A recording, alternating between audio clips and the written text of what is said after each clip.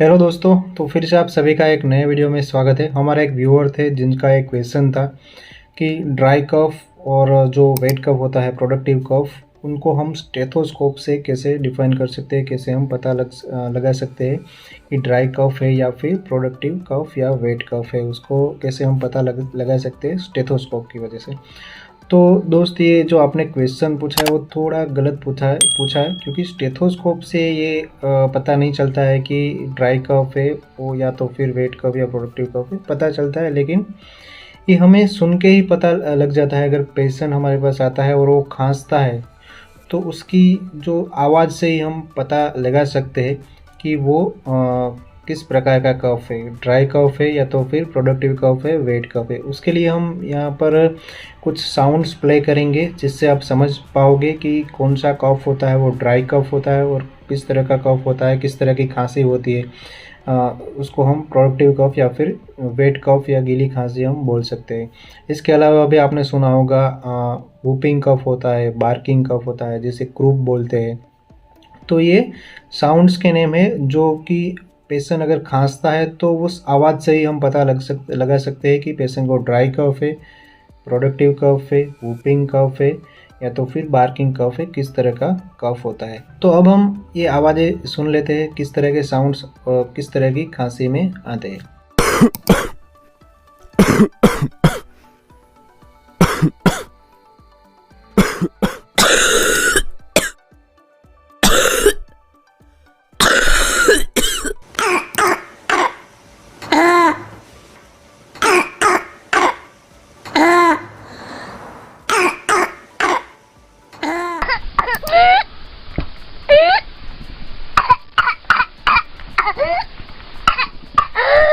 आशा करता हूँ कि आप समझ गए होंगे कि किस तरह किस तरह की खांसी होती है, उसमें किस तरह का साउंड होता है। अगर ड्राई कफ होता है तो उसके कोजेस हम जान लेते हैं।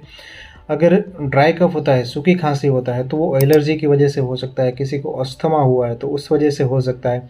साथ ही में कुछ एनवायरमेंटल इरिटेंट्स होते हैं, जैसे कि किसी को एलर्जी है धूल मिट्टी से या बहुत ज़्यादा पॉल्यूशन से, तो उसकी वजह से सूखी खांसी हो सकती है।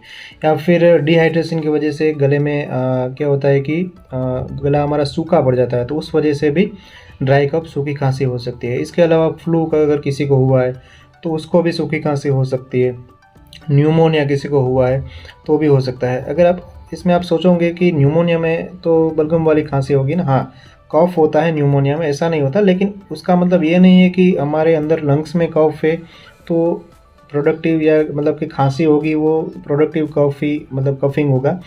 वो सुनने में आपको गीली खांसी जैसा भी लग सकता है। अगर अंदर लंग्स में कफ है और अगर वो जमा हुआ है तो आपको वो जो आवाज़ होगी, जो खांसी की आवाज़ होगी, वो आपको सूखी खांसी जैसे ही आएगी। वो आपको न्यूमोनिया है या नहीं है वो तो आपको फर्दर इन्वेस्टिगेशन एक्सरे वगैरह करके पता चलेगा। और आप स्टेथोस्कोप से लगा कर आप जान सकते हैं कि उसमें किस तरह की आवाज़ आ रही है। वीजी से रोंका आ रहे हैं, स्ट्राइडर आ रहे हैं, स्ट्राइडर आवाज़ आ रही है या फिर क्रैकल्स की आवाज़ आ रही है। तो किस तरह की आवाज़ आ रही है, वो लंग्स में किस तरह की आवाज़ आ रही है, वो आप स्टेथोस्कोप से समझ सकते हैं।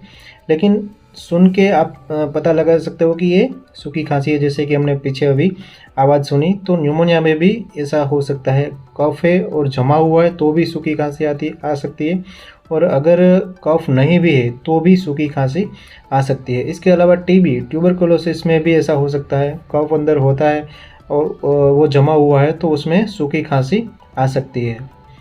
अब हम बात करते हैं कि प्रोडक्टिव यानी कि वेट कफ के बारे में, जिसे हम गीली खांसी भी बोलते हैं। तो इसे ऐसी कौन से कोजेस है जिनकी वजह से गीली खांसी हो सकती है, प्रोडक्टिव कफ हो सकता है।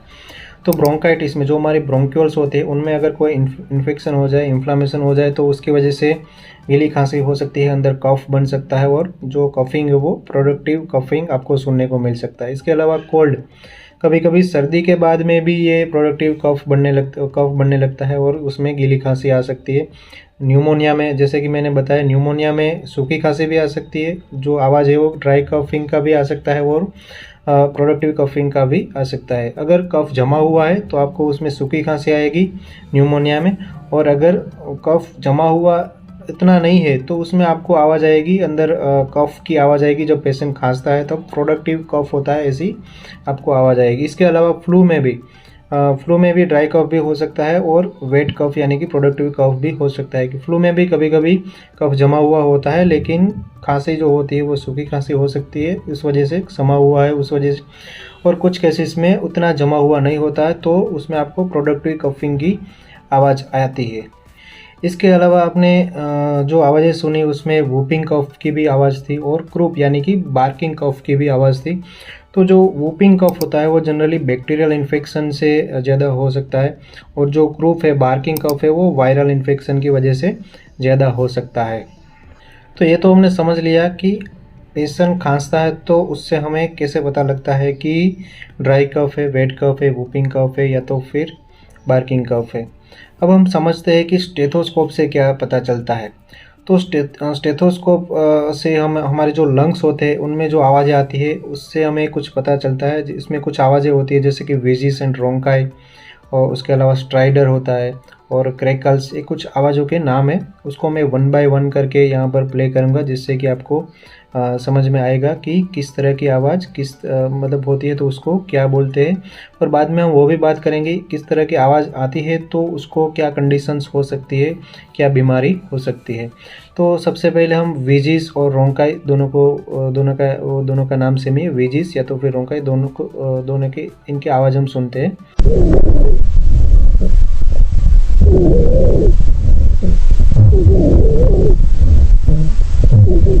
तो ये वेजिस और रोंकाई की आवाज़ थी। तो इस तरह का अगर आवाज़ आता है तो आपको समझ लेना चाहिए कि पेशेंट को ये जो विस्लिंग साउंड होता है एक तरह का, उसको वेजिस बोलते हैं या तो फिर रोंकाई बोलते हैं। और किन किन कंडीशंस में ये होता है, तो ये अस्थमा में होता है, जो COPD के पेशेंट होते हैं, क्रोनिक ऑब्स्ट्रक्टिव पल्मोनरी डिजीज़ के पेशेंट्स होते हैं उनमें होता है, या तो फिर कोई फॉरेन बॉडी अंदर है लंग्स में तो उसकी वजह से ऐसा विजिस या रोंकाई का साउंड आता है। और इनमें क्या होता है कि जो हमारी एयरवेज होती है, हमारी जो ब्रोंकियल्स होती है वो सिकुड़ गई होती है, तो उस वजह से ये रोंकाई विजिस का आवाज़ आता है।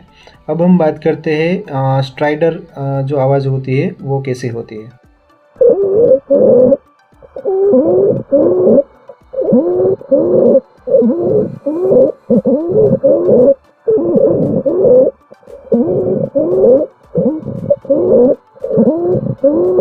ये स्ट्राइडर का आवाज़ था।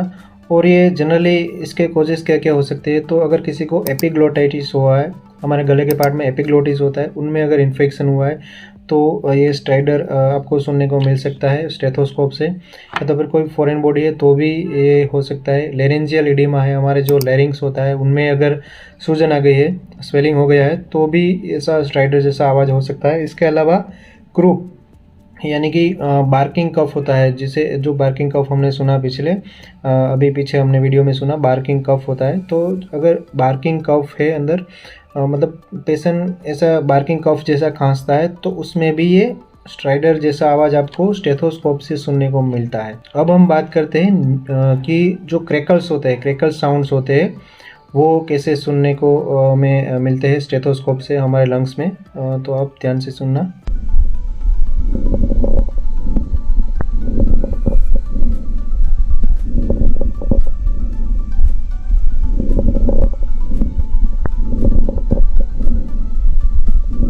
तो ये जो आवाज़ थी वो क्रैकल्स की थी।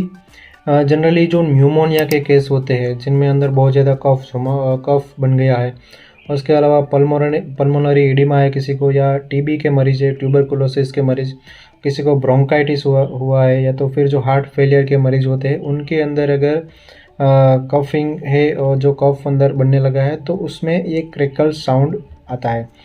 तो ये दोनों डिफरेंट चीज़ें हैं, ड्राई कफ, वेट कफ, मतलब कि वो हमें पेशेंट की खांसी की आवाज़ सुनने से पता चलता है, और जो स्टेथोस्कोप से पता चलता है वो हमें उसमें अंदर किस तरह की आवाज़ आती है, ब्रोंकाई वेजिस आती है या फिर स्ट्राइडर जैसी आवाज़ आती है या क्रैकल्स आवाज़ आती है, तो उससे हम डिफाइन कर सकते हैं कि पेशेंट को किस तरह की बीमारी है, उनको न्यूमोनिया हुआ है या फिर अस्थमा है या COPD है या फिर कोई फॉरेन बॉडी है या फिर एपिग्लोटाइटिस, लेरेंजियल एडिमा, ये सारी जो टर्म्स है वो ये डिजीज़ हैं, वो हम स्टेथोस्कोप से आवाज़ सुन के हम गेस कर सकते हैं कि उसको क्या दिक्कत होती है।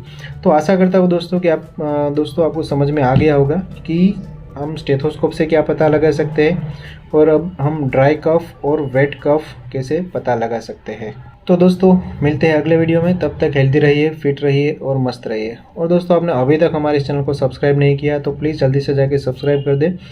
अभी कुछ दिनों से हम वीडियोस नहीं डाल पा रहे थे क्योंकि मेरा एक छोटा सा क्लिनिक है और उसमें अभी हमारे एरिया में बहुत ज़्यादा वायरल इन्फेक्शन के पेशेंट्स बनने लगे, तो ओपीडी की वजह से थोड़ा अभी बिज़ी रहता हूँ, तो उस वजह से हम वीडियोस नहीं डाल पा रहे। आगे से हम कोशिश करेंगे कि एटलीस्ट हफ्ते में 1, 2 या 3 वीडियो हम पोस्ट करते रहेंगे। और अगर आपको किसी भी चीज़ से रिलेटेड आपको वीडियो चाहिए तो आप नीचे कमेंट बॉक्स में कमेंट कीजिए। आप कोई भी डिजीज़ या कोई भी मेडिसिन या कोई भी हमसे हो सकेगा हम कोशिश करेंगे कि उसके ऊपर हम वीडियो बना के आपको नॉलेज शेयर करें। तो मिलते हैं अगले वीडियो में।